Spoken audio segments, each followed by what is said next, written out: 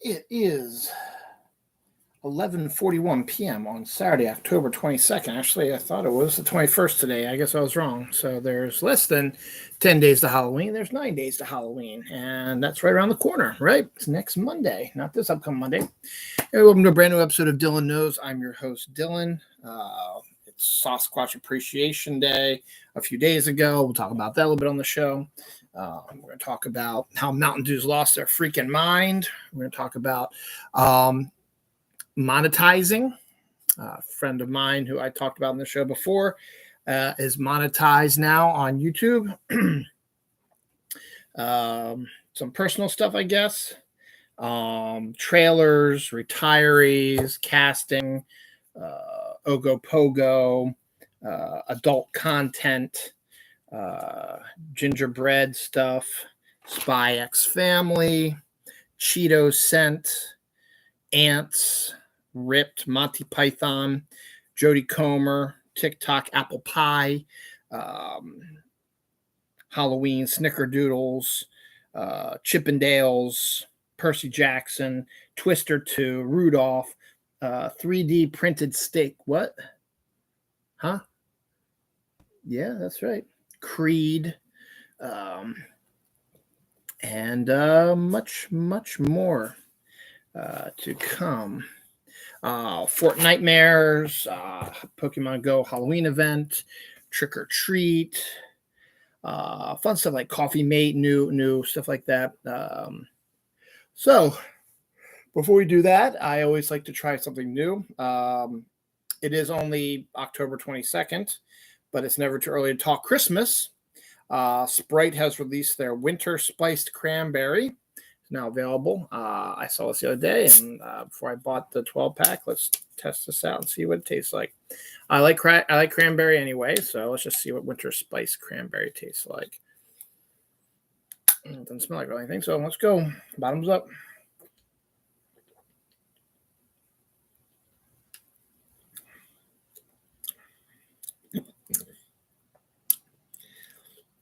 Yeah.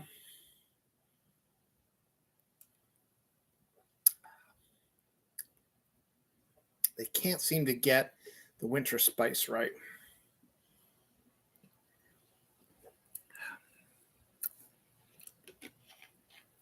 It's okay. I'll drink the rest of it.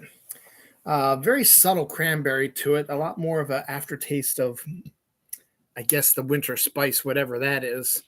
I remember when I think Pepsi did a winter spice Pepsi for holiday season a while back. That actually wasn't so bad. This just tastes a little off. It's not bad, though. It's got a very distinct flavor to it. And it might be something I might revisit when we get closer to Christmas right now. But right now, this is just sort of meh. It's not bad.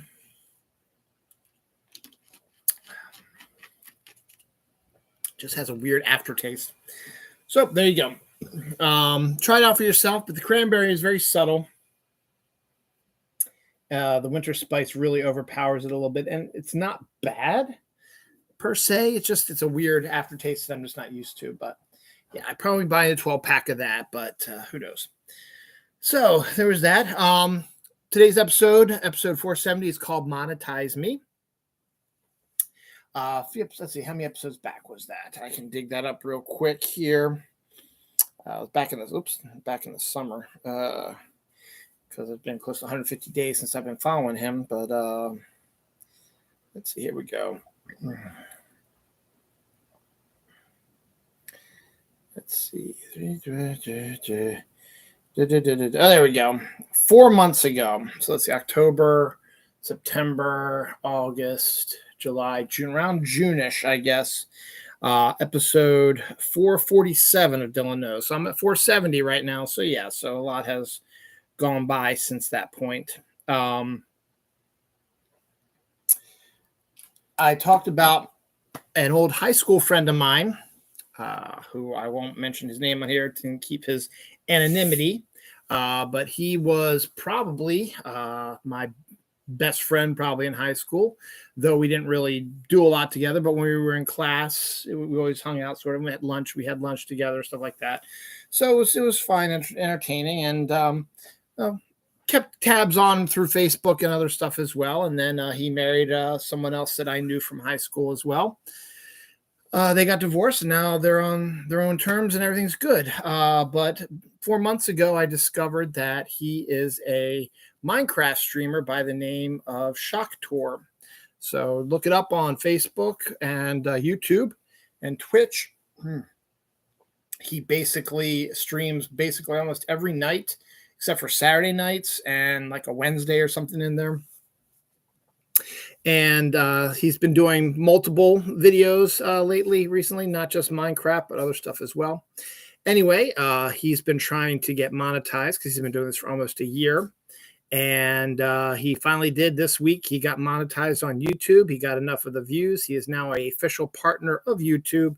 He has been monetized. He has ads on his streams now, which means he gets a little bit of a kickback. It's not really a kickback because kickback's usually illegal, but gets a little bit of extra money here on the side for doing his stream. So congratulations to Shocktor to getting monetized. It's going to take a hell of a lot to get me monetized, so I'm never going to be monetized, but that's okay. I don't mind. This weekend is interesting. Both my son and daughter are spending the night at their friend's house, so my wife and I are here by ourselves. And then we'll pick them up tomorrow because they have a 4-day weekend. They had off Friday. They have off Monday. So they're just about halfway through their holiday right now, their long weekend right now. My wife and I have to go back to work on Monday, but they are away from now. So, and then it'll be fun. But yes, they did that. My son did a merit badge event down at Aberdeen Proving Grounds, and my daughter and wife did a scout event at a corn maze. And me, I just played Fortnite and Pokemon Go and stuff like that. Speaking of which, this is Halloween week for the most part, 9 days now, almost 8 days, because in about 12 minutes, it'll be the 23rd of October. Anyway, I finally got the house decorated for Halloween. The exterior looks really nice, and a little bit of the interior, not as much as I used to do, but it looks pretty good too, so I'm happy with that. So I got that done. This week was also the beginning of Fortnitemares and Pokemon Go's Halloween event. Pokemon Go's Halloween event is entertaining right now. They've got the Lavender Town music going on right now. Only at night, which is, if you believe the urban legends, when they first played the Lavender Town music, which is the town where the ghost gym is, kids started going insane. So they changed up the decibels and stuff like that and changed it all up. But they're doing something really interesting with the event. Here, let me just get this. So this is the Lavender Town theme, and it's playing while we play the game. And they've got Halloween decorations around the map. There's the Pokestops are orange with pumpkins at the bottom. There's leaves flying everywhere. The grass is grayish. And there's nothing but ghost. Not just ghosts, but there are other Pokemon out there. But ghosts are a good portion of it. So, and I love ghost Pokemon, so that's good. So it's been a okay event. It's split into two. The second half starts sometime on Wednesday, I believe, Tuesday or Wednesday. Or is it next Thursday? It might be next Thursday. But still no Mimikyu this year, so I'm a little disappointed in that. This year's Fortnitemares, I was really looking forward to that, and the result is it's okay. It's not my favorite Fortnitemares I've done. This is my third one. The other two I found to be much better. The broomsticks are not in this season's Fortnitemares, which is a shame, which I missed the broomsticks. The witches' huts aren't in there either, which is all right, but we do have, a haunted POI. And then they brought Ashley Williams, Evil Dead Bruce Campbell, to Fortnite. They have his cabin with zombies all over, and he's in there. And then they just released his skin today, which I bought. He's got the chainsaw in his hand. He's got a boomstick back bling. Also has Necromicon back bling also that when you kill somebody, it screams. It's pretty cool. And some pretty neat stuff. It has an emote, and it's got all kinds of neat stuff. So I got him, and we still got a bunch of Halloween stuff to go. We've got Halloween events, stuff we got to do and stuff like that. But it doesn't seem as exciting or good as the last few seasons of Fortnitemares. So it's okay. Halloween is one of those holidays that is never going to be bad for me for various reasons. If you've seen the show, you know what I'm talking about. But maybe next week's show, when we get closer to Halloween, when it's actually Halloween weekend, we will discuss that as well. So a little disappointed in the Fortnitemares, but not much you can do about it. So it's good. It's just certain areas have the haunted POIs. The rest of the place is just normal. There's very little decorations around the island, but they're still there. And we get free stuff, and there's going to be new skins and stuff like that. So I've been playing every single one of my Halloween-esque skins, a different one every week. So, or every day, I should say. So there we go. That's fun. Speaking of Halloween, I watched Trick or Treat, which I never seen before. I thought I had seen it before, but I hadn't seen it before. I've heard a lot about it, and I wanted to check it out, so I finally did, and I loved it. I absolutely enjoyed it. I thought it was outstanding. The 4 different stories all connecting in specific ways. The stories were entertaining, and it introduced us to a new horror icon in Sam. I like Sam so much that I bought his Funko Pop, which is going to be here on Monday. So that'll be cool to go add to my decorations I already have up. So that'd be cool. And I got a new Sam t-shirt, which I'm going to wear this week. I already got my clothes laid out for Halloween week. So I'll be wearing that. I will not tell you this week, but I will tell you next week what I will be for Halloween at my work, because my work is upping the ante this year. Instead of 2 $50 prizes for costumes, there are 2 $200 prizes. So in order to get a $200 prize, you have to up the ante a little bit, and I sure did. Now I got sometime early, like early, probably not tomorrow because we got stuff going on tomorrow. Maybe after the Ravens game, we'll see how that turns out. But either tomorrow or Monday, I've got to try on the costume and make sure that I don't need anything because if I need to replace stuff, I can still get on Amazon. Hopefully I can get here in 1 or 2 days shipping. I will need help to get my costume on. My wife is taking Halloween off, so she said she would help me in some form or another. Some personal news. My cousin-in-law, Bill, who's a lawyer out in Colorado, his firm was named the 4th best firm in Colorado. So congratulations to him. There's something else that happened that I'm not really going to bring up right now. So, but it's just any thoughts and prayers you can have, not for me, but for my family. And I guess for me a little bit, I suppose, would be helpful. So I'm just going to leave it at that, and there we go. But yes, Trick or Treat was very, very good. Good cast, the good icon, just the whole setup, and the only thing that got me thinking is that the next day, November 1st, the people in that town would be like, Jesus Christ, what happened here? Missing kids, slaughtered people, kind of interesting. So. And there's a sequel on the way. It's a cult classic now, so sequel's on the way, and then the film will finally get a theatrical release sometime, probably this week, probably. So it never did. So there we go. So shifting from Halloween to Christmas, have to. You all know my love for Sarah Michelle Gellar, but I also really like her husband, Freddie Prinze Jr., and I'm glad that they've been married 20 plus years. And as I said, my mind about her has shifted from, wanting to date her to having her be my, be related to me by marriage, have my son marry their daughter so that we would be connected that way. Probably not gonna happen, but Freddie Prinze has sort of, stepped out of the spotlight a little bit. Sarah has 2 kind of, but she's in the spotlight a little bit more than Freddie is. But Freddie is making an appearance. Netflix always does Christmas movies. They got the Lindsay Lohan one coming out around this time as well.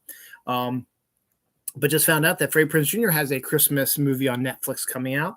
Saw the trailer for it, which dropped this week. It is a typical like Hallmark style Christmas movie, but on Netflix. Basic premise was based on the Jennifer Lopez, Owen Wilson sort of movie that came out around Valentine's Day this year. But the basic premise is a Latino singer, Latina singer, is ordered by her record company to produce and sing a Christmas song that she doesn't want to do. And I guess she gets kind of depressed or whatever. And one night she's checking through her social media and she comes across a YouTube video of a young Latina girl playing one of her songs on guitar and telling her how much she loves her and stuff like that. So this singer decides she wants to, feel better about herself, I guess. So let's go introduce herself to this fan and goes and finds her. And her dad is played by Freddie Prinze Jr., appears to be a single dad sort of situation. Don't know if the wife left them or widowed. It didn't say in the trailer, but basically it looks like that he is a single dad, and the singer shows up and meets the daughter loses her freaking mind, and then she stumbles upon the dad writing a song or whatever, and encourages him to write, and then they fall in love, and it's a romantic comedy. But it looks cute, and I think I will probably run a double feature of this Freddie Prinze Christmas movie and the Lindsay Lohan one, because I want to see that one too, which looks a lot like Overboard, but I want to see both of those maybe that weekend, because I think Thanksgiving's on the 24th this year. So let me see. Yeah, I think Thanksgiving on the 24th. So being the 17th means it's going to be out a week before Thanksgiving. So that weekend, at least my daughter and wife are going camping. My son may or may not, depending on stuff. But even if he is here, I might be able to catch those movies like Friday night, because I'll do my show obviously on Saturday while he's asleep. So we'll see what happens. So just thought that was kind of fun. Angelina Jolie has been cast as opera singer Maria Callas in a biopic about the singer. It'd be good to see her getting back into kind of a dramatic sort of fashion, which is kind of good. Todd Gurley, a running back who's played for multiple teams in the NFL, has decided that he is going to retire at the age of 28. Must be nice, but I also know that he's suffered a lot of injuries over the last few years, so he's probably going to be in a lot of pain for the rest of his life, probably, but he's got millions of dollars that he can lay back on now. He can do whatever he wants.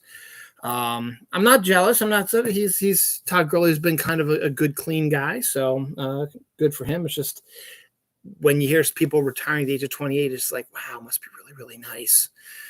That was 21 years ago for me. It was a whole legal child. I was born between how old he is and how old I am. Hell, he could be my son. Anyway, right? Yeah, because if I was 21, he was born. No, because then when he'd be 20 and he's 28, it would work. Yeah, that's how it would work. So yeah. A California baker makes a life-size bread version of Han Solo frozen in carbonite. That made the rounds this week, went viral on the internet. It's an interesting idea to carve Han Solo in carbonite out of bread. So, whatever.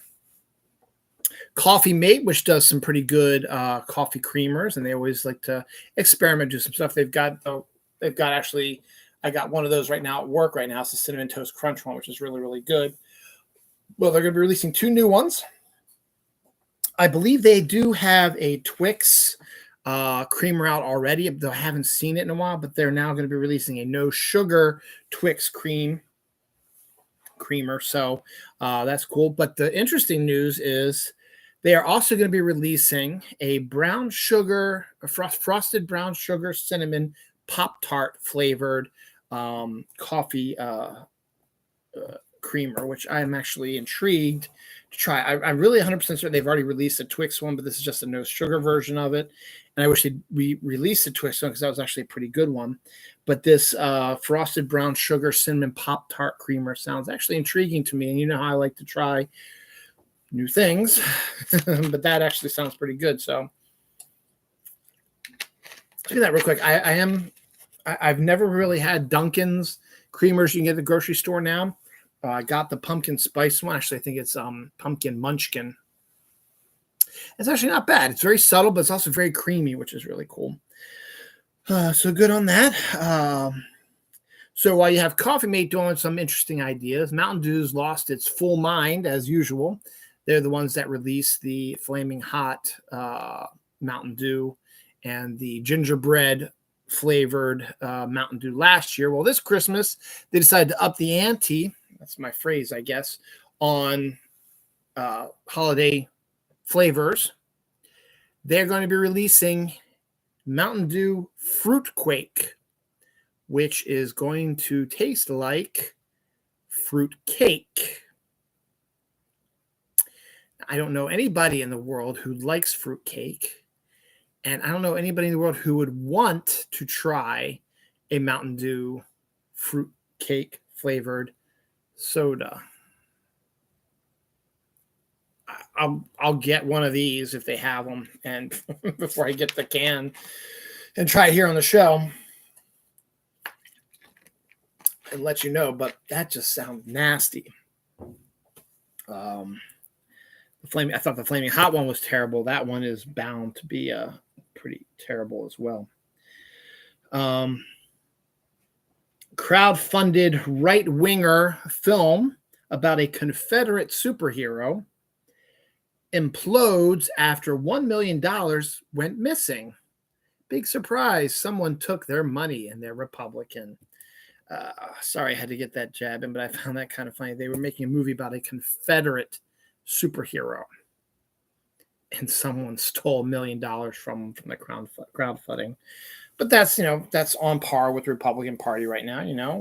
The former fucking guy always says that he needs money for his campaign to reelect the president, and people give the money, he takes it and he spends it on other stuff, not for his reelection campaign. So whatevs. All right. So let's get the anniversaries out of the way since I've got an early one here. Obviously, being close to Halloween, we're going to have a lot of horror-oriented ones, which we do.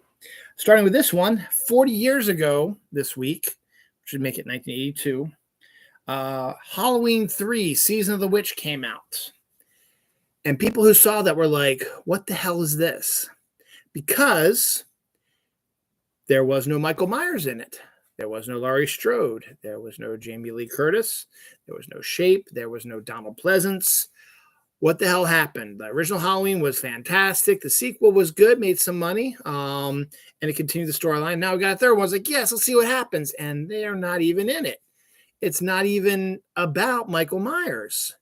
It's about masks that a company put out that when you put the masks on and you watch TV and a signal comes over the TV, it makes you go insane. Oh, that sounds horrible. It's not Michael Myers. It's not Laurie Strode. That's terrible. It's an awful, terrible movie. No. Because if you know your Halloween history, and I'll be fair, not a lot of people know this history, but a lot of people did not know that when John Carpenter made Halloween, the first one was only supposed to be about Michael Myers and Jamie Lee Curtis and all that, and Laurie Strode, I should say. And then the second one was supposed to be a completely different story with a completely different cast of characters. He wanted to make a Halloween anthology horror series where every movie would just have Halloween in the title, and then it'd be a completely different story. But because of the insane response to Halloween and people throwing money at them, they continued the Michael Myers story, and the rest is history. However, after the second one, it was early enough that Tommy Lee Wallace, who worked on the first two, decided he wanted to take his hand at writing and directing a Halloween one. Carpenter didn't have anything to do with it because he didn't even direct the second one. Ugh. He just produced it, I think, with Deborah Hill.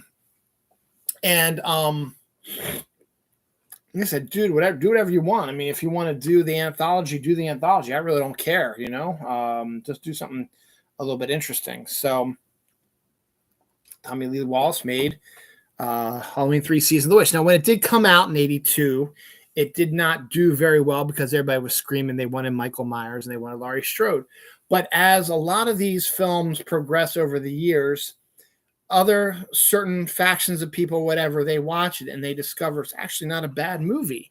And it's a very interesting premise. And the fact that it doesn't have anything to do with Michael Myers or Laurie Strode is the only thing that's going against it. Now, if they just released it as Season of the Witch or something like that and did not have the Halloween aspect to it, would it have done better in the movie theater? Yeah, possibly. We don't know. That's a what if scenario. We don't know. But putting the Halloween name in there is what drew the people to come see it. And then when it wasn't what you expected, then everything went downhill. Now, Tommy Lee Wallace, who I've seen on the Movies That Made Us docuseries on Netflix, he is writing a book about the making of this movie, which is coming out soon, hopefully. But it's not on Amazon's list yet, so I guess it hasn't been listed yet, so we'll have to keep an eye on that because I really kind of want to read that. And basically, I want to kind of rewatch it again because I remember watching it once before and kind of confused by it because that was 40 years ago. I was 9 years old, so I was a little confused by it, and I don't think I watched it again ever.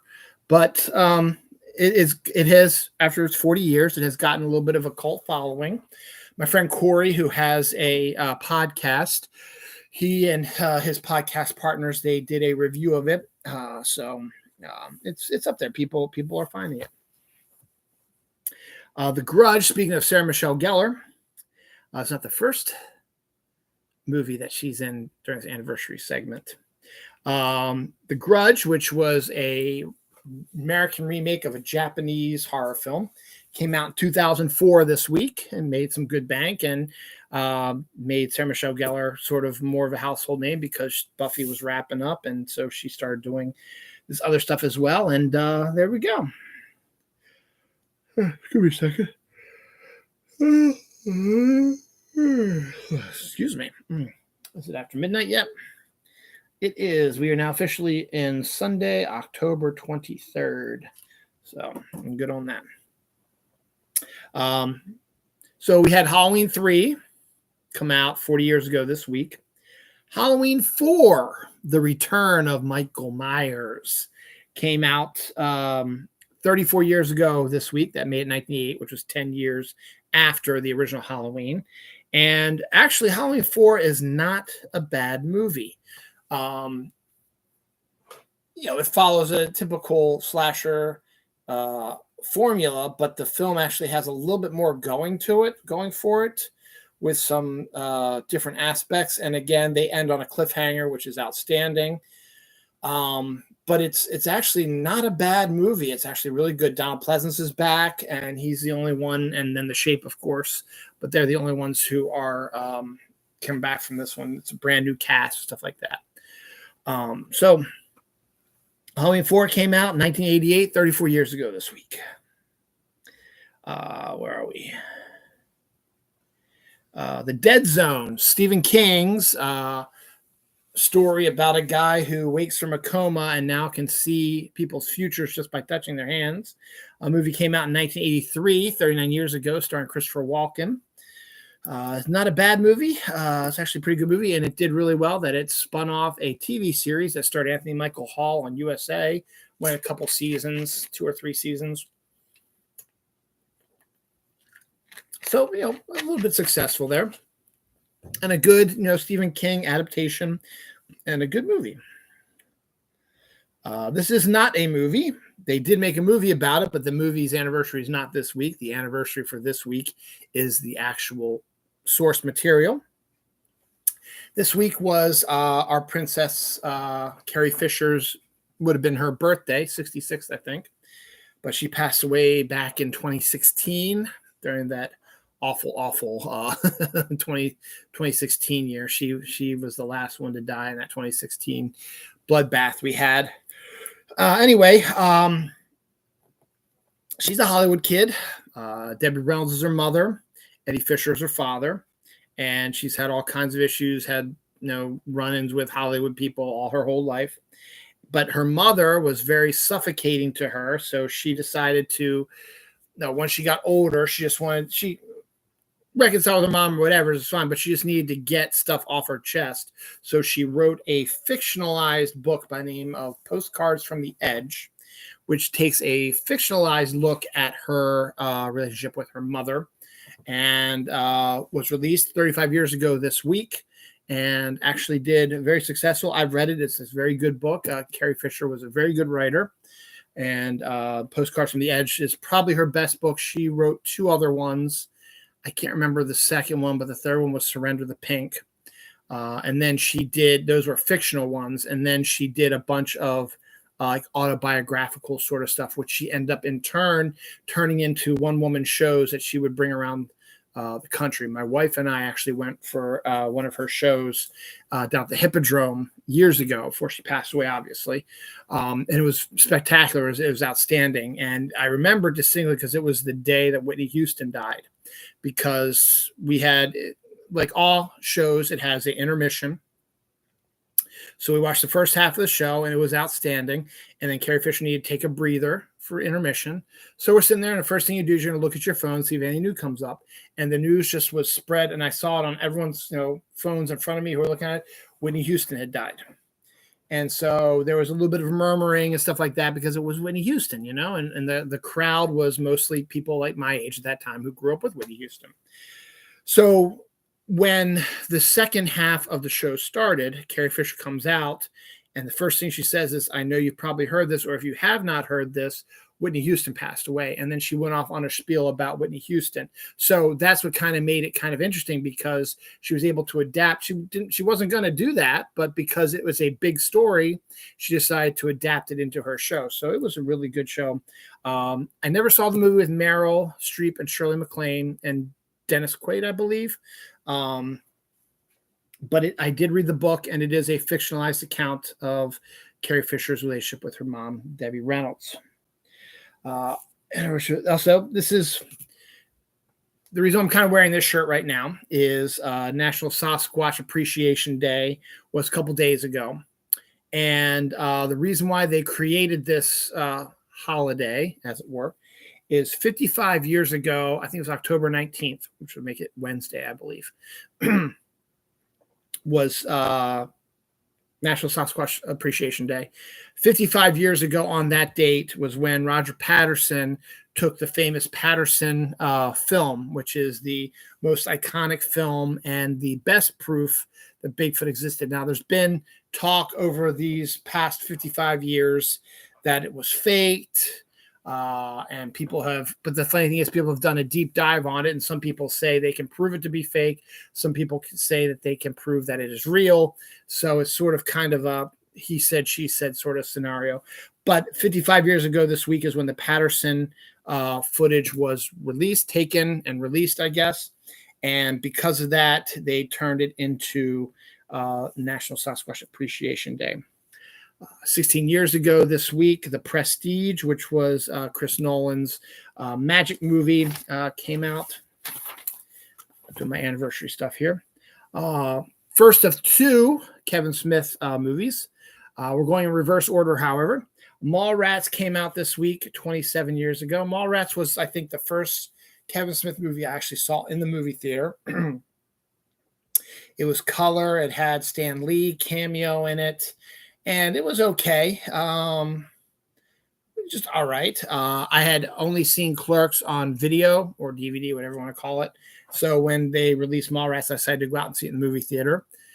Didn't do very well, but it's still Kevin Smith, and it spiraled into him making a pretty good career. That then brings us to the year before, 28 years ago this week, he released Clerks. So he likes this window to release he releases early movies during this window. Don't know when the other ones came out. But 28 years ago this week, Clerks came out. 27 years ago this week, Mallrats came out. Brendan Fraser's been getting a lot of press lately because of his potentially Oscar-nominated role in The Whale, which Oscar nominees don't come out to January, but people look at him as a front runner for Best Actor. But anyway, he's been getting a lot of press recently because of that. And this week, they posted a picture of Brendan Fraser as he is today with Elizabeth Hurley as she is today, because they reunited because 22 years ago this week, Bedazzled came out. Now, those who haven't seen Bedazzled, I think it's directed by Harold Ramis, to be honest. Let me just verify that. But Bedazzled is a remake of a film where a guy sells his soul to like the devil. Yep, Harold Ramis. Yep, to change up his life a little bit. I think he gets like 3 wishes or whatever, and he tries out different roles and what would happen if he was a superstar basketball player, what would happen if he was a rock star, stuff like that. So, and she's always there, being, it's 2000, being sexy devil that she is, causing him to try to fail and end up, becoming her soul, stuff like that. But yeah, Harold Ramis directed that, so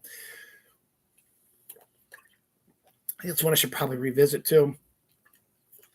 I haven't seen it in a while, so might be nice to check that one out.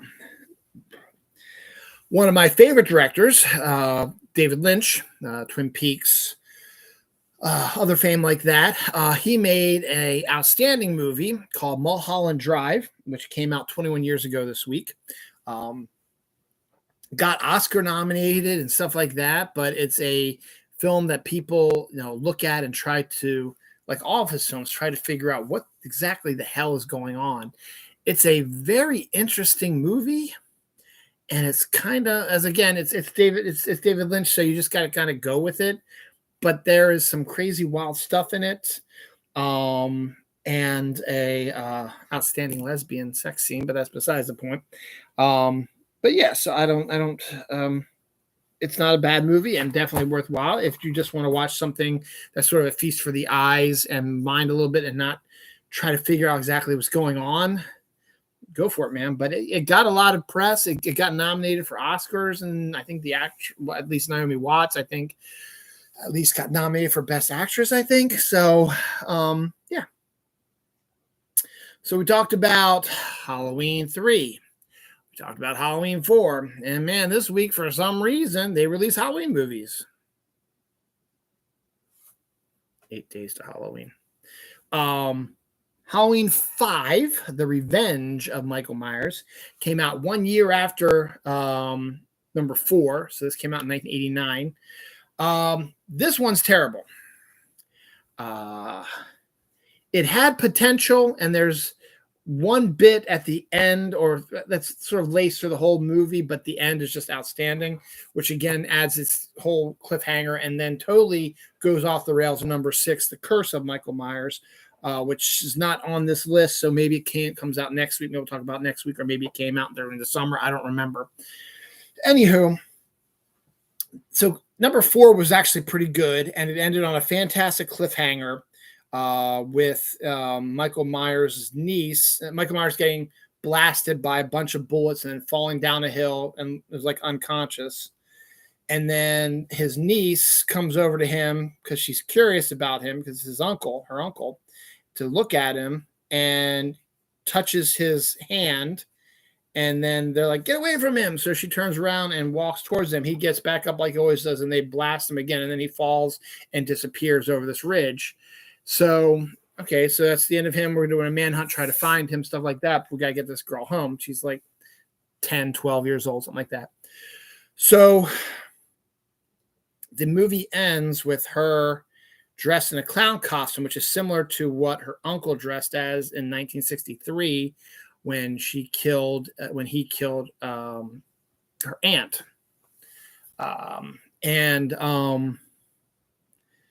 So she ends up stabbing somebody with a knife because she's supposedly possessed by Michael Myers. And that was supposed to lead into the 6th one, where maybe an older version of this character would be controlled by Michael Myers and go around and killing people, which would have been outstanding. And then they have the name, The Curse of Michael Myers. Like that's brilliant, and it's not what happens, not by a long shot. But so what this movie becomes, so that's the fourth one. So the fifth one basically says, okay, so we're gonna get some follow up about her starting to attack people as Michael Myers, being possessed by Michael Myers. No, Michael Myers was found in the river by some dude. He puts him back to health, and then he kills the dude, and then goes after his niece again. And it becomes a slasher film. That's all it is. I mean, there was a little bit of a nuance and a bit of a story in the fourth one. Fifth one just becomes him walking around killing people while his niece is running away from him. No sign of her being possessed by Michael Myers. None of that stuff. And then throughout the whole movie, there's a mysterious man in black. We never see his face, but we see like his boots and his cape and stuff like that. He's wearing like a cape, trench coat sort of thing, and driving around on a motorcycle. He pops up periodically in the movie, and you're like, what the hell is this? And then it ends with a police station massacre on par with the Terminator's version of the police. And if I recall correctly, I think the man in black helps Michael Myers. I think they kidnap the niece and they leave, and that's how the movie ends. Because the sixth one leads into something with the niece against. I don't want to talk about that right now because it's not part of the anniversary stuff. But that's it. Now, Halloween has one of the weirdest continuities ever. Excuse me. So the way it had been going, up to this point was you had Halloween 1, Halloween 2, Halloween 4, Halloween 5, Halloween 6, all connected. And then because 6 didn't make any money and it was so outlandish and so crazy, they decided, nah, we're not going to do this again. So they took another, I think number 6 came out in 95. So I think there's like a 6-year window between when number 5 and number 6 came out. So then when 97 rolls around, which makes it the 20th anniversary of, 98, excuse me. When 98 comes out, when 1998 rolls around and is the 20th anniversary of the release of the original Halloween, they decided we're just going to cancel 4, 5, and 6. We're just going to take that continuity and just go out the door.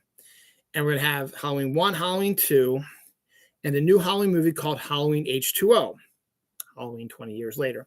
They were able to coax Jamie Lee Curtis back to play Laurie Strode, now grown up, and a mom herself. In hiding in California, plays a headmistress at a boarding school where her son is, and she still has some PTSD from her Halloween 1 and 2 escapades. So she's paranoid about stuff, and her son is a teenager and he is horny for his girlfriend, played by Michelle Williams from Dawson's Creek fame, and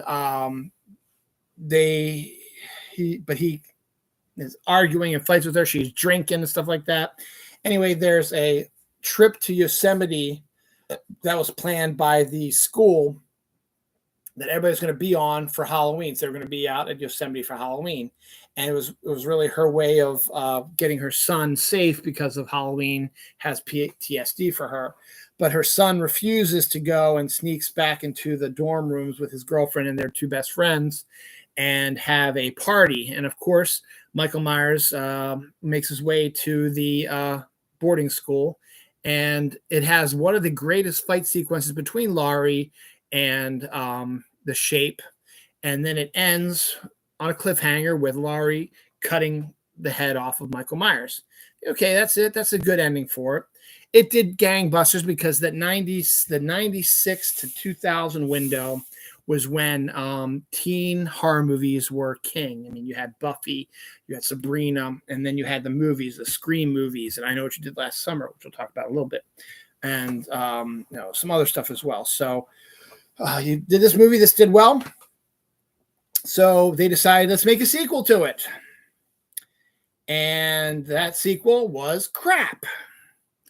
Awful crap. They kill off Laurie Strode real easily at the beginning, and then they have a bunch of people that are just totally bleh, and a whole podcasting. It's just an awful, terrible movie, and that kills the film franchise again. So now we have one continuity, which is 1, 2, 4, 5, 6. We now have one continuity that's 1, 2, 7, 8. And then they say, well, we kind of want to reboot Halloween. Who should we get to reboot it? Let's get Rob Zombie. Rob Zombie loves making this kind of stuff, these really gruesome, gory, rough, hardcore horror movies, and we want that for Halloween. And Rob Zombie says, sure, I'll do it. And so when he releases his Halloween movie, it's a almost rewrite, a remake, like literal, like shot for shot remake of the original Halloween. Now he makes some changes here and there, obviously to make it more Rob Zombie-ish, adding a little bit more backstory to him and some other stuff as well. But the basic storyline is about the same. And it did fairly successful. So he made a sequel where he totally goes off the rails and makes a totally insane thing. And everybody who came to see it's like, oh no, this is way too much. So now you have the Rob Zombie one too, and that's it for that. The reason I'm going through all this whole thing is because the next anniversary on here is flash forward to 2018, 4 years ago. And they decide it's time to reboot Halloween again. Let's get Jamie Lee Curtis back, this time as an older lady, and have her, square off with Michael Myers again. But this time we're going to skip 2 and 7. We're going to skip 4, 5, and 6 as well. That continuity is gone. The 1, 2, 7, 8 continuity is now gone. So now we just have original Halloween, not number 2, just number 1.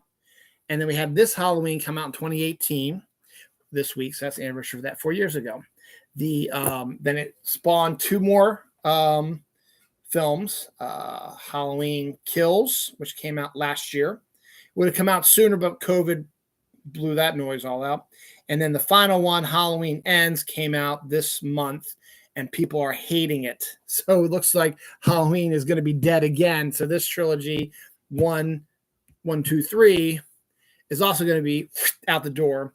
So I say in about 3 or 4 years, we're going to have another reboot of Halloween. So that's that.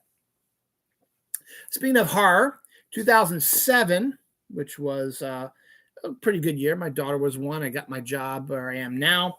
And a comic book series came out the year before about vampires who travel to the Arctic Circle where the sun never rises for 30 days. And a little comic by Steve Niles called 30 Days of Night. And it became hugely popular in the comics world. They decided to make a horror movie version of it. And 2007, this week, 30 Days of Night, the live action film came out. And it did pretty good. So they did the sequel, Dark Days, because Steve Niles wrote a Dark Days sequel, which did not do as well. So they did not do the third one, which was Return to Barrow. So we'll see what happens. But it's a great premise. Truly outstanding premise. Because with no sun and an isolated town that does have people in it, these vampires can go up there and feed 24/7 and then leave when the sun sets, and they will be fine. So that anniversary of that movie came out this week as well. As I said, horror keeps rolling through. The Ring, which was the American remake of the Japanese film, is 20 years old this week. I mentioned Naomi Watts in Mulholland Drive. She is in this one as well. So The Ring is 20 years old this week as well. So that's another good anniversary of that. So then you fast forward 5 years before The Ring, 25 years ago, you get one of my favorite casts for other reasons. You got Kevin Williamson, who is huge from Dawson's Creek and the Scream movies, and he wrote a adaptation of a young adult horror series called I Know What You Did Last Summer. 25 years ago this week, I Know What You Did Last Summer debuted in movie theaters. Stars Sarah Michelle Gellar, Jennifer Love Hewitt, Freddie Prinze Jr., who I like, and Ryan Phillippe. And it was, a typical sort of slasher film, but it was Kevin Williamson coming off of Scream, or just before Scream. It was like a double shot somewhere in there, and also he had the Dawson's Creek thing going on. So he was the hot tamale at that point right now. But Jennifer Love Hewitt and Sarah Michelle Gellar. Successful movie, made a sequel that wasn't so good with Jennifer Love Hewitt and Freddie Prinze Jr., but Sarah Michelle Gellar and Ryan Phillippe died. But spoilers, whatever. So there's that. Devil's Advocate, 1997, came out this week. That's Keanu Reeves as a lawyer. I believe Charlize Theron is in it as well, who plays his wife. And Keanu Reeves gets a job at a law firm run by Al Pacino, who we discover is the devil. And I think that Keanu Reeves is his son. So it's one of these sort of types of films. A really good horror, sort of psychological sort of horror thing. Getting away from the horror aspect of it a little bit, Steven Spielberg released a movie called Bridge of Spies, came out 7 years ago with Tom Hanks.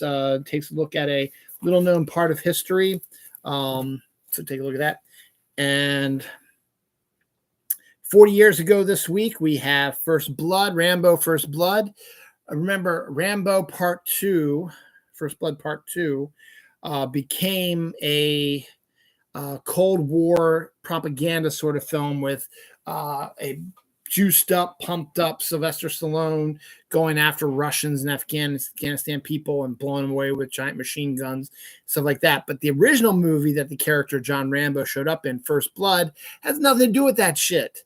Basically, John Rambo, and this movie, it's called First Blood, which is the first movie, is a guy who fought in, I believe it was Vietnam, because it's 40 years ago. So yeah, that would make it 82. So he fought in Vietnam, and he's shell-shocked, and he's PTSD like that. And he's coming back to the hometown of one of his buddies who died, I think, and he has to make amends with the family or mention or talk to them or something like that. But this town does not like strangers. And Brian Dennehy plays this a-hole of a police chief who treats Rambo terribly, like he's some sort of trash because he doesn't fit into their community sort of thing, and does all kinds of things to him. So pushes John Rambo too much, that with the PTSD and stuff like that. So he goes and he uses his training to go after these corrupt police officers, stuff like that. So it's a pretty solid action film that got taken over in the mid 80s and became American propaganda during the Cold War. Now, our final anniversary for this week, that is a horror film, or in general is the last anniversary one, is a horror film. Bride of Chucky, 1998, had Jennifer Tilly coming in there. She's now back on the Chucky TV show on Sci-Fi, so she's come back. She loves the role, so of course she'd be back. So that's your anniversaries. I'm betting that next week's anniversaries will include more horror films. So we will wait and see about that. But yes, so we got that going on. So there we go. That anniversary was more than just me reading the stuff. It got a little bit more into it, which is good. So now we're going to get into just regular stuff now.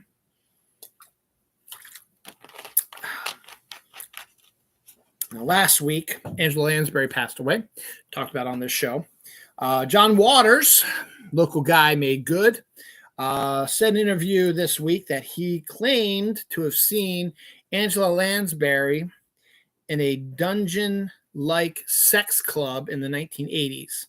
Don't know if he's being serious or if that did actually happen. John Waters is known a little bit sometimes to stretch the facts a little bit, but he's not really a liar, to be honest. So it could track. You never know. But it was a different time, different time.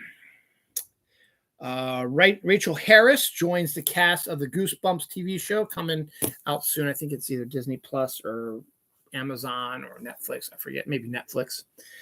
She's joined the cast there. One of my favorite Christmas movies is A Christmas Story. It came out in 1983, and I watch it every Christmas Eve when I'm wrapping my wife's presents. And I don't watch the 24-hour TBS TNT marathon. I have my own copy of it, and I watch that while I'm wrapping presents for my wife. So it's one of my favorites. So when they announced, and I was on the show, I announced it on the show months ago, that they were going to be doing a true sequel to it with the original cast coming back, with the exception of Darren McGavin, who passed away, unfortunately. I thought, this is awesome. This would be great to see what's going to happen. They're going to have it take place in the 1970s. Ralphie's now a grown-up, has his own family, and he wants to go back to his family home and celebrate Christmas the old-fashioned way he did in the 40s, 30 years before before this time frame, to get his kids and family to experience the great Christmases he did. Then I saw only on HBO Max. I was like, God, son of a bitch, no. So I won't be able to watch this until they eventually release it on DVD, I suppose. Because I don't know if they've released that Neil Patrick Harris one that I want to see that came out last Christmas. I gotta look that up for my Christmas movie stuff. Let me write that down. Be on this side. I'll put it out. Here we go. Here we go.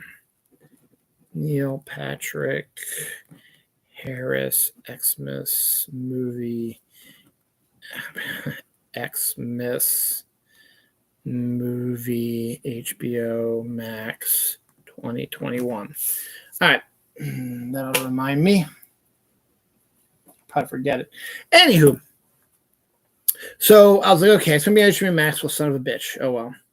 But the first teaser trailer for the sequel came out this week. It's due out November 17th. Everything is coming out November 17th, because that's the Thursday, Friday before Thanksgiving. So makes sense. But it's not much of a teaser. It just basically says, come with us and return to one of the greatest locations in history. And it shows the leg lamp and the old school radio and the interior of the house and the exterior of the house and the snow and all that stuff. And then it cuts to a scene of, I guess, grown up Ralphie in an old school car. And then a close-up of his eyes as he puts his glasses on, and you can see the age in it, but you still see the crystal clear blue color that his eyes had, and that's it. So it's a teaser, so we'll probably get a full trailer probably the next week or so before the movie comes out. I would assume they'll get us a final trailer before then, but there you go. Sticking with Christmas, gingerbread cookie Kit Kats is going to be Kit Kat's holiday flavor this year. So gingerbread flavor is a very unique flavor, so that's why it didn't quite work in Mountain Dew. It wasn't bad again, but it just didn't quite work, and sort of kind of have a similar sort of flavor here. Not quite as strong as it was in the Mountain Dew, but I guess it's part of the whole winter spice thing. So yeah, well, that's going to be coming out there. Anything else Christmas related on here? Nope. We got some crazy weird stuff going on here. First up, large mysterious blue light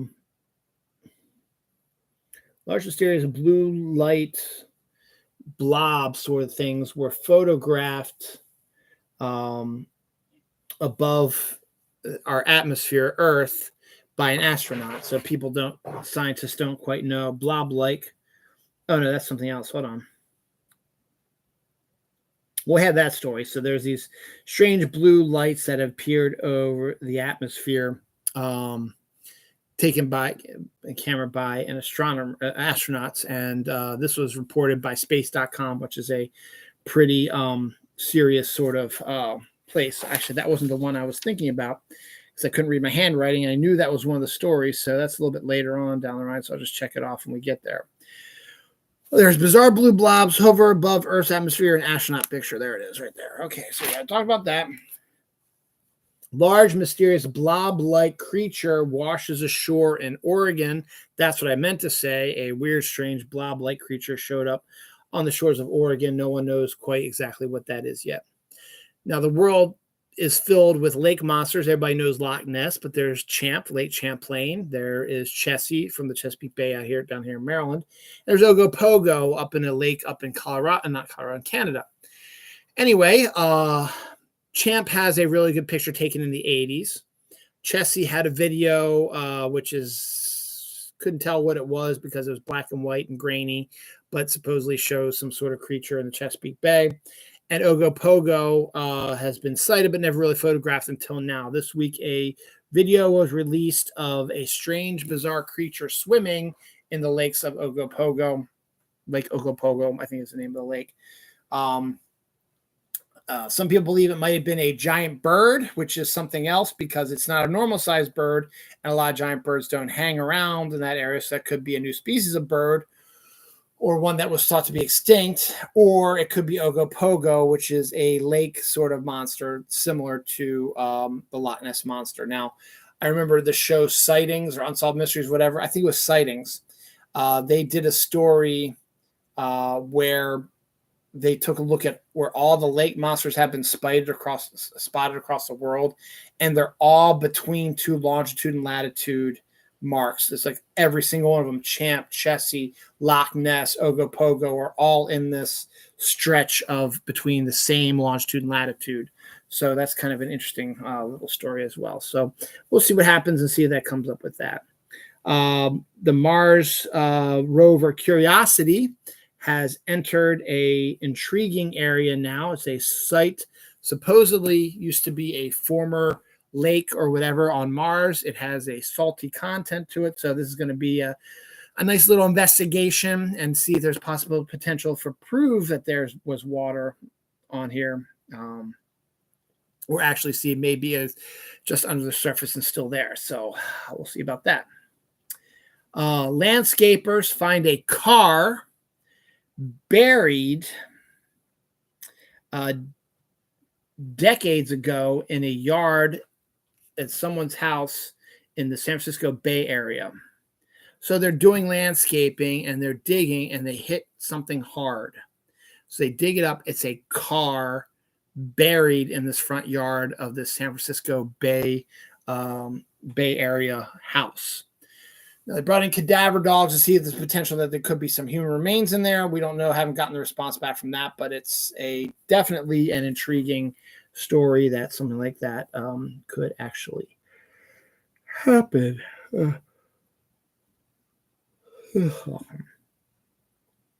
Anna Faris, who used to be married to Chris Pratt, but is also local. I know her brother, Robert. We went to elementary school together before they moved out to California. But Anna Faris is accusing the late Ivan Reitman of abusive behavior on the set of their movie, My Super Ex-Girlfriend, which came out years ago. I think Anna wanted to wait until he passed away because he didn't want to tarnish his, he's doing it now, I guess, but didn't want to, I guess, deal with the stuff that's going to be happening if he was still alive, that sort of thing. I don't know. Hard to say, but cases of abuse is always, it's a he said, she said sort of thing. But, some people believe that they might not be abusive, but are. Others are taking their attitude or whatever as abuse when it might not be. So who knows what's going to happen with this? We'll see. But she revealed this week that Ivan Reitman had abusive behavior towards her on the filming of the set of My Super Ex-Girlfriend.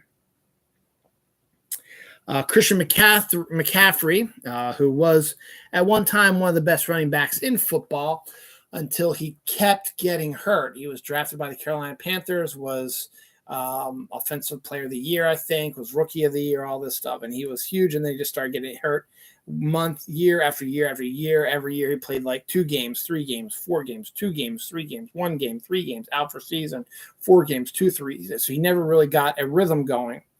And so the Panthers are on a rebuild right now, and McCaffrey is a high ticket. So, and he still has some juice left. He was injured again recently. He was on the injury report, but he's been showing some signs of life this year. So they figured to strike while the iron's hot. And they traded Christian McCaffrey to the San Francisco 49ers for a whole slew of draft picks, which is what Carolina needs to do a rebuild. But what's interesting about that is Christian McCaffrey's dad, who was also an NFL player, actually played for San Francisco also. So it's kind of good. So we'll see what happens with that. Again, he's not seemed like he's been a bad guy, just happened to just get injured all the time, unfortunately. So now we got let's do some rumor stuff now.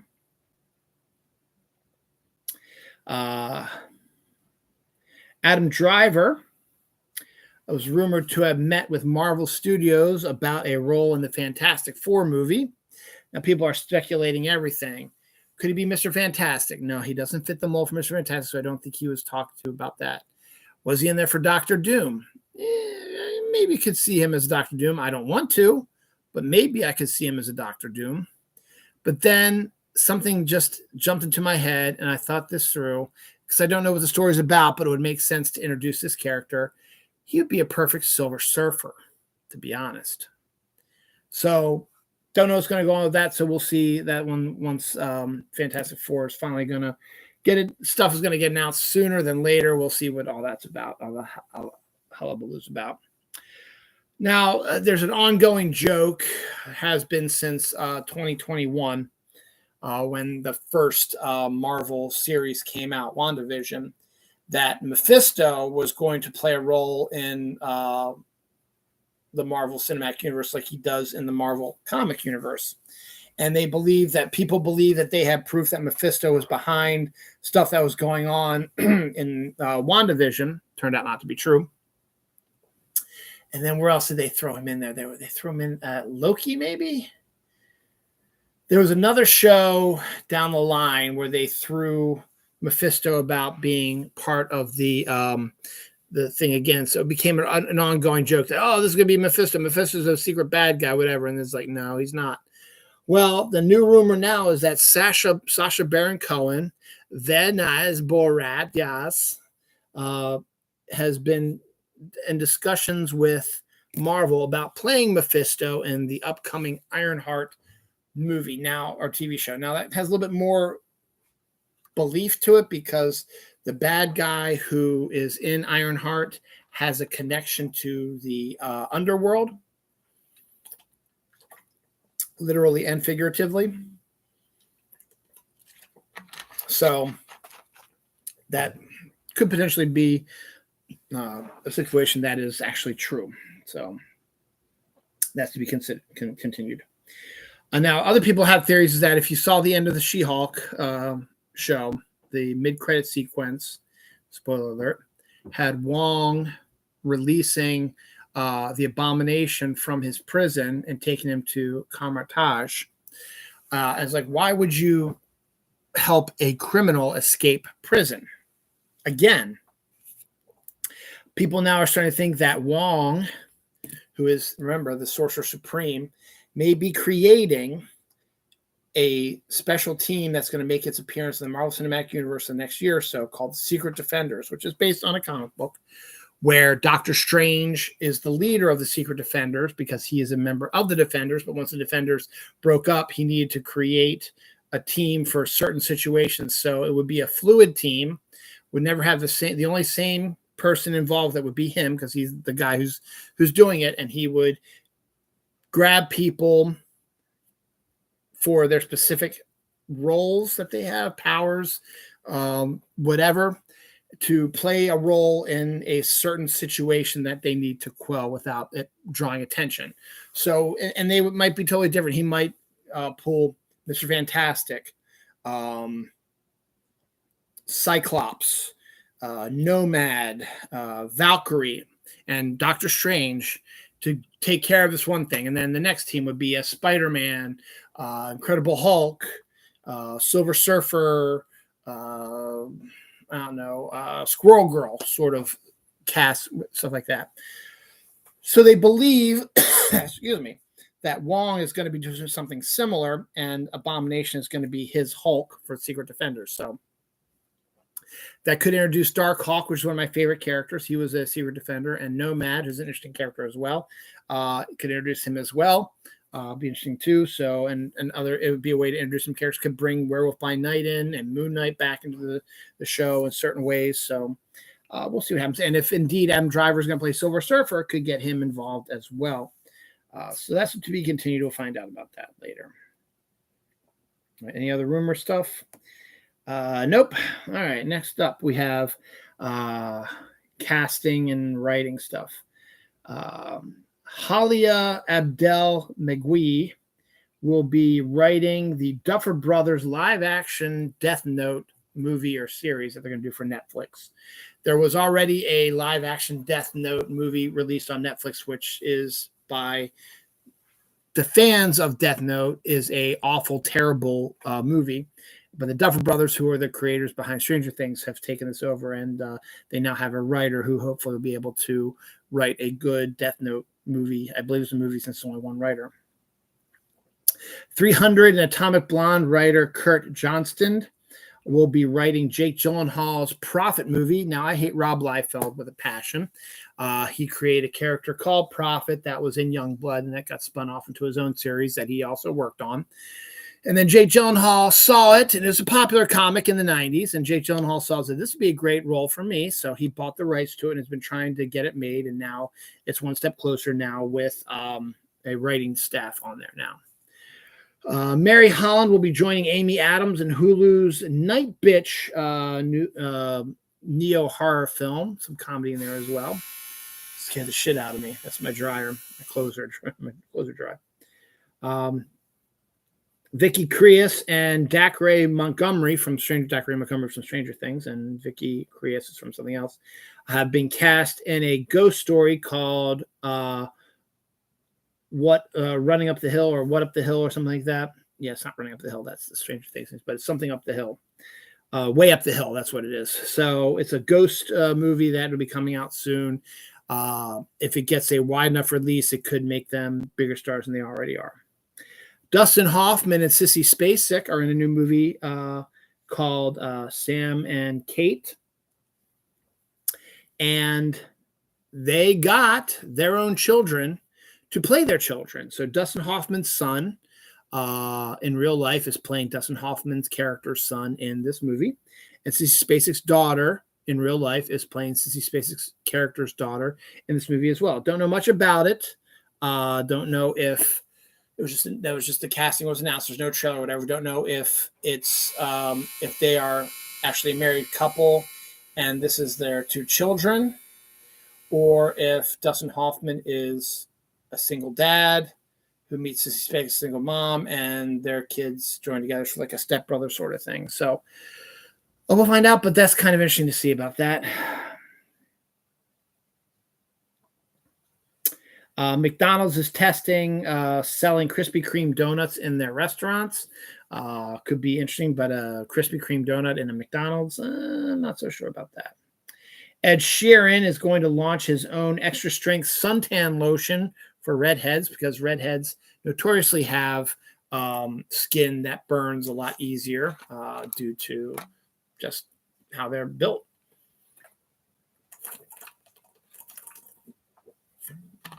My fellow Snark Alcalus, Marie Bowman, can tell you all about that. So we'll see how that comes about. Tim Burton says that he will never work with Disney again after the experience he had making Dumbo. So that was kind of interesting. And also, Tim Burton also wanted to direct a musical remake of the horror film House of Wax starring Michael Jackson, which is kind of an intriguing idea, I guess. Chevy Chase is suffering memory loss after his most recent heart attack. So don't know what's going to happen with that. So we'll see. The Crown, basically the Netflix series that's following the life of Queen Elizabeth, returns November 9th with its new season, going through the Diana years, or continuing with the Diana, the later part of the Diana years and the divorce and her death and stuff like that. So I think they have one more season, which they've been filming right now, which is going to probably lead up to her death, unless they do an epilogue sort of thing. Jeff Johns and Gary, forget his coworker, but Gary Frank. That's what it is. Yes, Gary Frank. They made a creator-owned image comic called Geiger, and they've just sold it for a television series. So it's a post-apocalyptic sort of comic book series that will be released as a TV show now, eventually. Spy X Family is going to turn Bond the dog, the big white dog, into a huge plush. Not quite life size, but bigger than a regular stuffed animal. Tom McFarlane had an action figure. It still does, I guess, periodically. He doesn't do it as much, I think, but he had a really good action figure company, and he once released a series of dragon action figures. Now, my sister-in-law, Catherine, loves dragons. I think I got her some of those from the comic store, but then they just sort of disappeared. They're really well done, very well sculpted, beautiful things. Well, McFarlane dragons are back, but this time they're not toys. They were back in statue form. And our first one is coming out very soon. So, and it's gorgeous too. So, to be continued, I guess. Now for some deaths. Ron Masek, Murder, She Wrote co-star, played the police officer who worked with Angela Lansbury, who passed away last week. He's also a character actor. He died this week. Don't have a lot of deaths here. Sam Westmoreland, a Mississippi State a lineman, died at the age of 19, which is always sad when someone dies so young. Charlie Trippi, NFL Hall of Famer is the only NFL Hall of Famer with 1,000 yards passing, 1,000 yards receiving, and 1,000 yards rushing in his career. He died at the age of 100. Tristan Nash, the son of WWE Hall of Famer Kevin Nash, also died young at the age of 26, which is always kind of sad. I don't think we have any other ones on here. So that's it for the deaths. So moving on to the next page. So we got a lot to go and hopefully about a half hour to get this over with. So I've got 2.5 pages left to go. So here we go, ladies and gentlemen. Now, this is the first sign. Everyone's anticipating the Rick Riordan version of Percy Jackson. Disney Plus is currently filming the first season of their TV show, which is adapting Percy Jackson, the Lightning Thief, and Rick Riordan is hands-on all over, so he wants to make sure that this is going to be good. So we've got our first trailer came out during San Diego. We've gotten some casting news here and there, but other than that, not a lot. We don't have a date when it's coming out. We don't know when it's coming out. We know it's probably coming out sometime in 2023.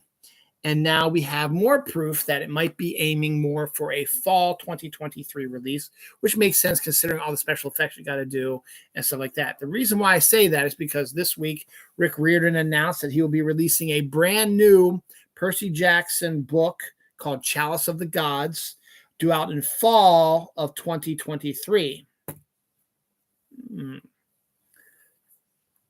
You don't think maybe he was going to release it anyway, but maybe he was going to wait until, the series is going to come out so that people who watch the series who've never seen Percy Jackson will go to the bookstore, buy all the other books, and then see a brand new one and go, oh, sweet, I can get on the bandwagon now. So we'll see. I think that's a first indication that we're looking at a fall 2023 arrival of Percy Jackson. That would be probably the most obvious choice anyway because of the huge amount of special effects. Now, Disney Plus has Willow coming out November 30th this year. So that might be a good window for when Percy Jackson should come out, that weekend before or weekend after Thanksgiving and right before Christmas. That might be a really good, I would almost put it the Wednesday before Thanksgiving, because you got the family together and hey, you can all sit down and you can watch. If they're gonna, I don't know if they're gonna binge it, if they're gonna release it one episode at a time, I don't know. So that's still not known yet, but that would make the most sense, right, to do something like that. So we'll see. DC Films head Walter Hamada has exited. Warner Brothers and the DC Cinematic Universe are all kinds of garbage right now. Now, Black Adam's going to be number one at the box office this week. Henry Cavill Superman has a cameo in the mid-credit sequence. That, in turn, has set off Warner Brothers saying, we want another Man of Steel movie. So Man of Steel 2 with Henry Cavill has been announced. As long as Zack Snyder gets his grubby, awful hands away from it. Might not be too bad because I've always kind of liked him anyway. So as Superman, so we'll see. Hulu's been doing a really good job about getting their really good product on the screen. They did the one about Pam and Tommy Lee. Now they're doing one called Welcome to Chippendales, which is about the creation of the Chippendales male strip club. But there was a lot more to it than just, hey, let's get males stripping for horny females. No, there was like backstabbing and murder and stuff like that involved with this. And this show on Hulu is going to show all that in its entirety.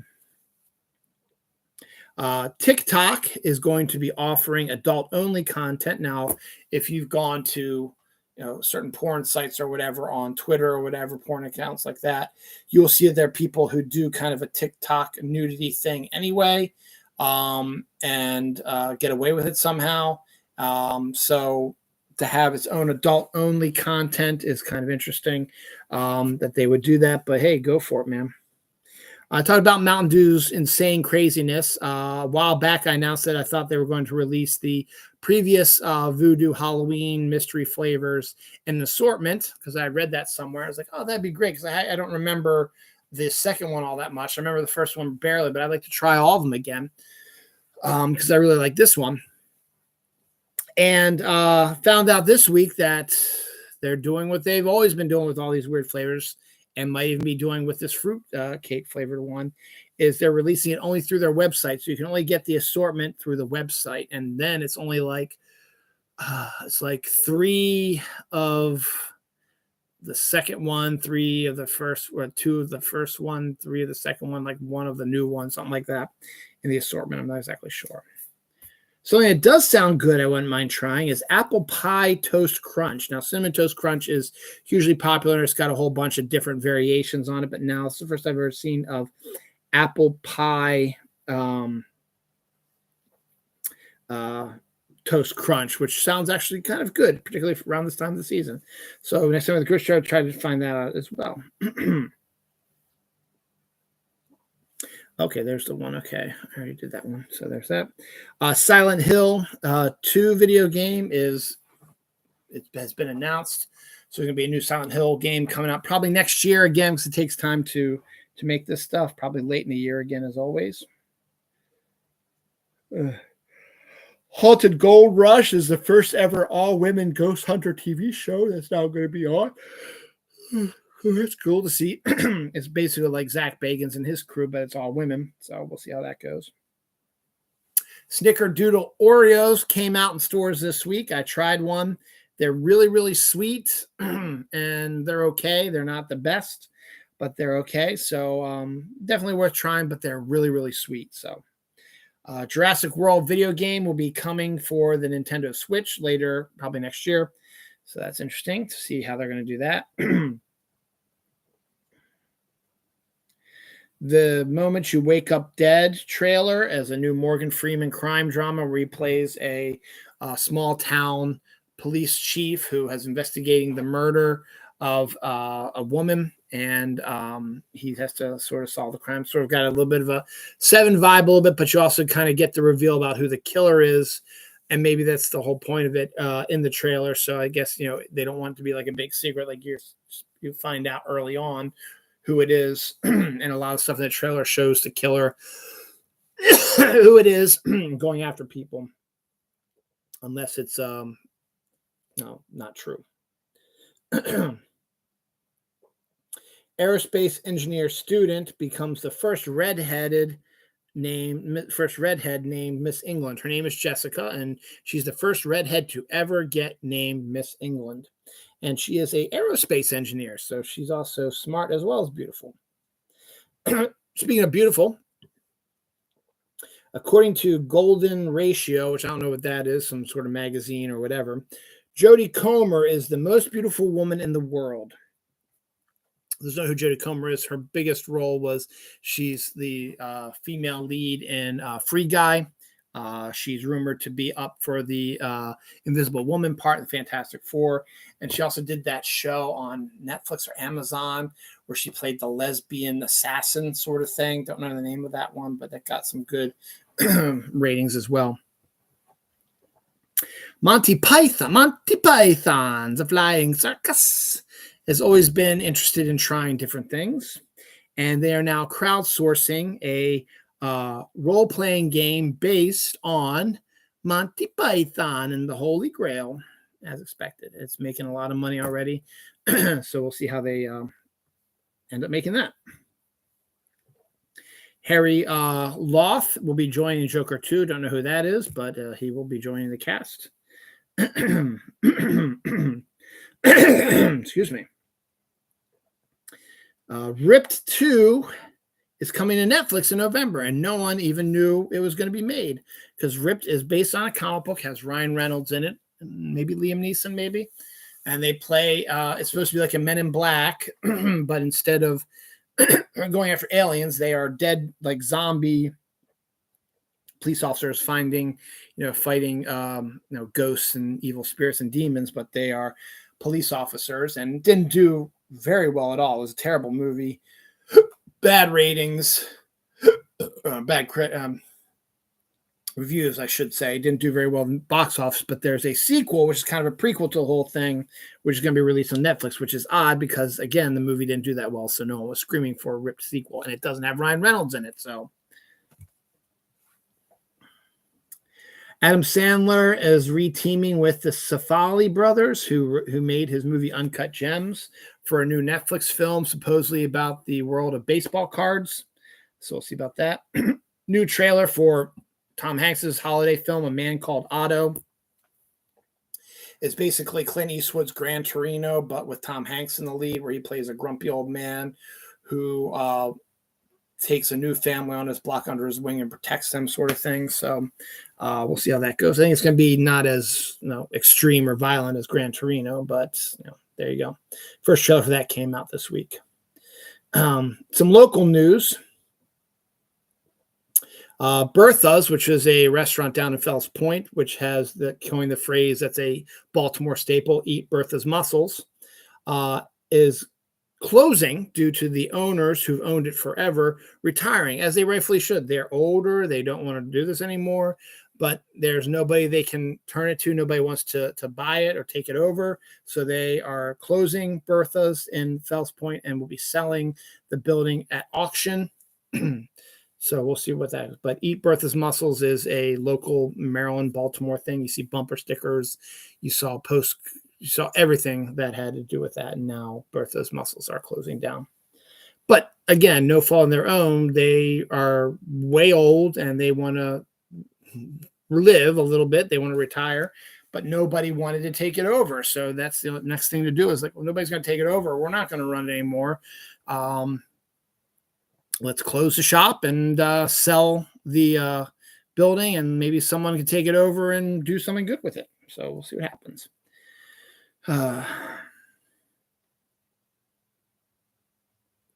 Every episode of Felicia Day's show, The Guild, is now on YouTube, which is great because I missed out on the final episode, or the final season, I should say. So I can catch up on that. Cheeto scented nail polish is a thing now, which is kind of weird, but okay.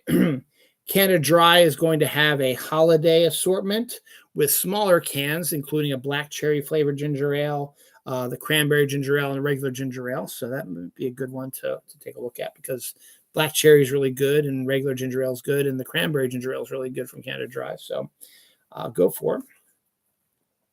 Ants are photographed covering a dead bee with flower petals, which is kind of interesting to see, but it just makes the world of creatures seem so much insane, cool, crazy stuff.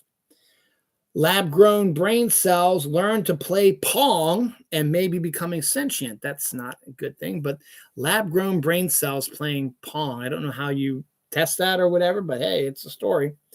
Also, scientists have also revived a plant from the Pleistocene epoch, which is 32,000 years ago. So that's how Jurassic Park starts, y'all. So we'll see about that. So is that everything on this page? It is.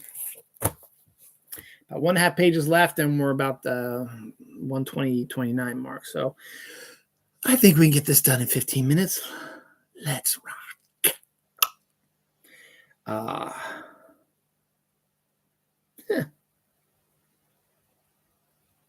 Oh, man builds an in real life Minecraft pig like motorbike sort of thing called Hamburghini, which can get up to speeds of 20 miles per hour. That's intriguing. Michael B. Jordan has his own series in the Creed movies where he plays Apollo Creed's son. Sylvester Stallone directed the first two and played his trainer, Rocky Balboa. So it is in the Rocky world. But Stallone said he didn't want to make a third one. So, and he's not coming back, I don't think, as his trainer. So Michael B. Jordan wanted to make a third one, so he directed it himself. Creed 3 trailer came out this week. The movie comes out, I think, next year. And it also co-stars as his opponent, the guy who plays Kang. So it's kind of neat to see two Marvel people. And remember, Creed is also married to another Marvel character. Who is that? Valkyrie from Thor. So got 3 Marvel people in there. The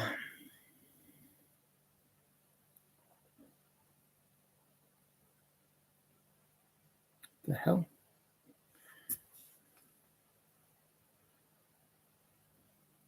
Oh, Roderick Rules, The Diary of the Wimpy Kid. I think the second one or third one. Animated movie is due out on Disney Plus December 2nd. My son and I watched the first one. He enjoyed it. It was actually not bad, but they're apparently going to be doing an animated version of all of the books, which is good because I know my son loves those. So the fact that Roderick Rules is coming out December 2nd is a good thing.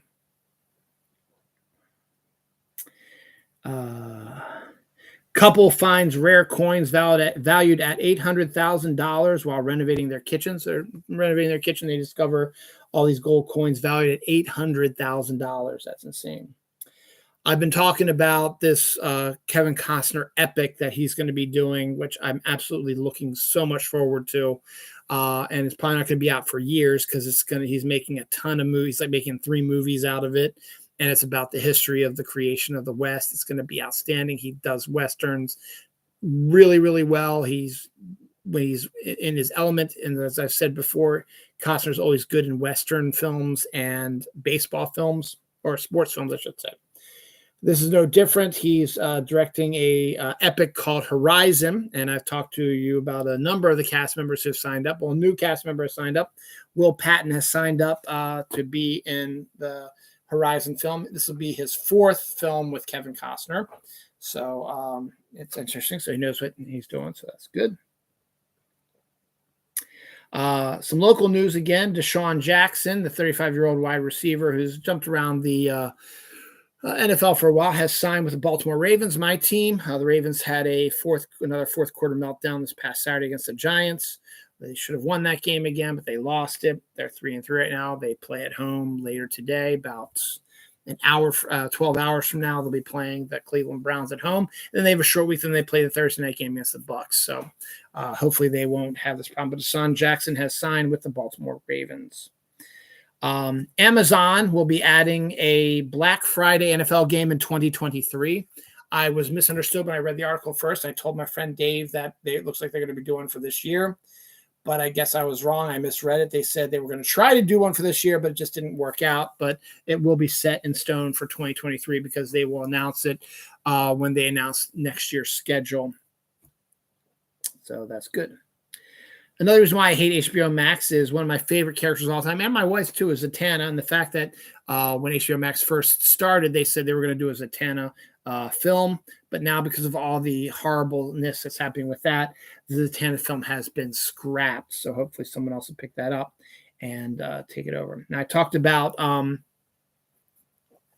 Kevin Costner directing and Michael B. Jordan directing their own movies. Dan Levy, late of Schitt's Creek, is going to be directing his first film, and it's going to star Ruth Negga, Himesh Patel, and Luke Evans. It's called Good Grief. So that's interesting to see that. Just time for Christmas. Rudolph the Red-Nosed Reindeer hot cocoa cereal. Obviously, it's just like Cocoa Pebbles or Cocoa Puffs that taste like hot cocoa, but it's connected to Rudolph, so there you go. Lay's is bringing back Game Day chili flavored potato chips, so I guess that's good. Kellogg's has Little Debbie Nutty Buddy cereals out now. Kellogg's is also going to be releasing probably next month or so Avalon Pandora Flakes. Obviously, a tie into the James Cameron film coming out in December. It has blueberry flavored moons in this cereal. So, and it's like a frosted flakes. So I think it's Tony Tigers on the box. So whatever. I talked about Spy X Family earlier. Well, they're back in the story again. Japan always does really weird stuff with their hamburgers. This is no different. Burger King is going to be using Spy X Family to promote their peanut butter burger. Apparently, from my wife said, one of the characters in Spy X Family loves peanuts. So to have a peanut butter burger and have them be like the advertising people for it is kind of interesting. So whatever. Another bad idea, 3D printed steak. I still don't quite understand this whole 3D printed stuff. How can you create 3D steaks or hearts or blood vessels or whatever on a 3D printer and them work successfully or taste like steak or whatever? I don't understand it because I thought 3D printers are just, and I don't understand how you create figures and stuff like that out of 3D. I don't know. Regardless, it's just a weird sort of thing. Sushi boats are a thing where in some sushi restaurants, there's a giant schooner boat about this tall. It has 3 levels of sushi on it. Good for a whole family. That's good for about 20 people, probably. So that's interesting. The She-Hulk finale, which was outstanding, by the way. I don't care what anybody says. She-Hulk was an outstanding series. You can go F yourself if you don't believe that. But the finale, again, spoiler alert, that brought back the Hulk with his son Scar. They wanted to do a little bit of a, and plus the Abomination was in it. They want to do a little bit of a meta stuff. They were trying to get Edward Norton to come back and reprise his role as the Hulk. But in the end, they decided that would just be too meta. And they moved on from that. Teddy Ursa comes to Community Day in November. It'll be the second Community Day in November. They're going to have Community Day Classic the first weekend in November, which is Trattini. And then the week after that will be the Teddy Ursa Community Day.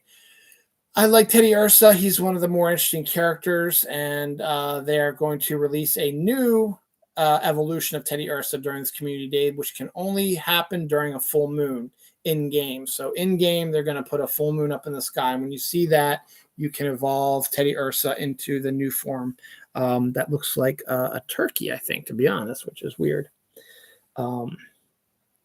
Vincent D'Onofrio, Anthony Ramos, and Dave DeHaan have joined the Dumb Money cast, which is the movie about the GameStop stuff that happened earlier this year. I think Seth Rogen's in that one as well, so that's kind of interesting. Rana Mitten has joined the cast of Red Sonja. Meanwhile, Oliver Trevor drops out of the Red Sonja movie, so I guess they need a new male lead for that. I guess he learned that he wasn't going to be the center of attention or be the one to save the woman or have a love affair because Red Sonja's her own woman, doesn't need no man, so we'll see. This has been rumored forever, but it's official now. Harrison Ford has signed on to play Thunderbolt Ross in Captain America 4 and in Thunderbolt, so we'll be seeing him in the MCU sooner than later. Last week, I also talked about the LA writer who was talking about how they should just cancel the baseball playoffs. Now the Dodgers were down 2-0 in the playoffs because and award the championship to the LA Dodgers because they were the best team in baseball that year. And got a laugh from a whole lot of people. Well, that night when I was talking about it on my show last Saturday/Sunday, the Dodgers were eliminated from the playoffs. Padres moved on to play Phillies in the finals, which is the Phillies are up 3-1 in that series. So they only need to win one more to go to the World Series. So in other news, the Houston Astros are playing the New York Yankees to see who's going to go to the World Series. The Astros are up 3-0 on them. They just need to win one more game also, and they're going to the World Series. So we'll see what happens with that. Sticking with sports, Tom Brady, who I despise and I hate, and I think he's a trash person, and the Ravens are going to play him on Thursday. He is having a meltdown year because his gorgeous supermodel wife, who makes more money than him, is divorcing him because she expected him to stay retired because she wanted him to be, spend time with her and the family. And Tom Brady, being the dick that he is, said, "No, fuck you. I need to spend time with my family. I'm going to go back and play football because I like my boys." And so Giselle said, "Well, fuck you. I'm going to go back and be a model now because I put my career on hold for you. So you can go fuck yourself." And now they've got a big divorce stuff coming up. And so Tom Brady's been playing like junk and trash this year. He should have stayed retired regardless. But to continue to pile on to this asshole that Tom Brady is, one of his teammates during the game on this past Sunday got badly injured, badly so much so that like both teams came out, sort of like surrounded him. They down their knee to sort of pray. He's sitting over there. Tom Brady's sitting there, not caring a lick about his teammate, not worrying about them, and he's playing catch with some dude. So fuck him, fuck Tom Brady, you piece of shit. The big news that came out this week is there is going to be finally a sequel to the tornado movie Twister. Twister 2 has got Dan Trachtenberg and Troy Kennett to be involved in the story. And the rumor storyline is going, since Bill Paxton has passed away, he will not be in it, as has Philip Seymour Hoffman, who was also in it. He's passed away as well. And Helen Hunt is much too old now, probably to be a hurricane hunter. They need some new blood. So supposedly this sequel is going to follow Bill and Joe's daughter, because remember, they got back together in Twister. I think that was like 96, something like that. So I was doing the numbers, like she'd be like 20, 25, something like that. So they could technically, if they got back together and immediately got pregnant, they could have between a 21 and 25-year-old daughter, which would make sense. So there you go. 3D printer sticker. I talked about that. All right. The headline of the day, right? Let me just make sure I'm not missing anything here. The headline of the day, or the week, I should say, naked woman chases Jehovah's Witness off her porch and down the street screaming, "Succumb to my devil vagina magic." Outstanding. Devil vagina magic. So I should name this episode. All right, we got 4 minutes and a short amount of stuff. Jodie Whittaker's last episode of Doctor Strange airs in the next probably 12 hours as well. So that's our time. I think in British time, it's going to be in the evening. So I think it's like, let's see, it's a 6-hour difference. It's like 7 o'clock in the morning right now over in England right now. So we got that. So that's interesting. So we are going to see where they're going to go. Because there's rumors that David Tennant's going to regenerate into the new Doctor because he was seen filming a movie for the 60th anniversary, which is next year. So we don't know if that's going to be a tie-in with this, or if the new Doctor Who's been announced, the gay black actor, I forget his name right now, if he's going to be the one that gets involved. So we'll find out tonight. So spoiler alert, probably find out tonight, and we'll probably mention it on next week's show.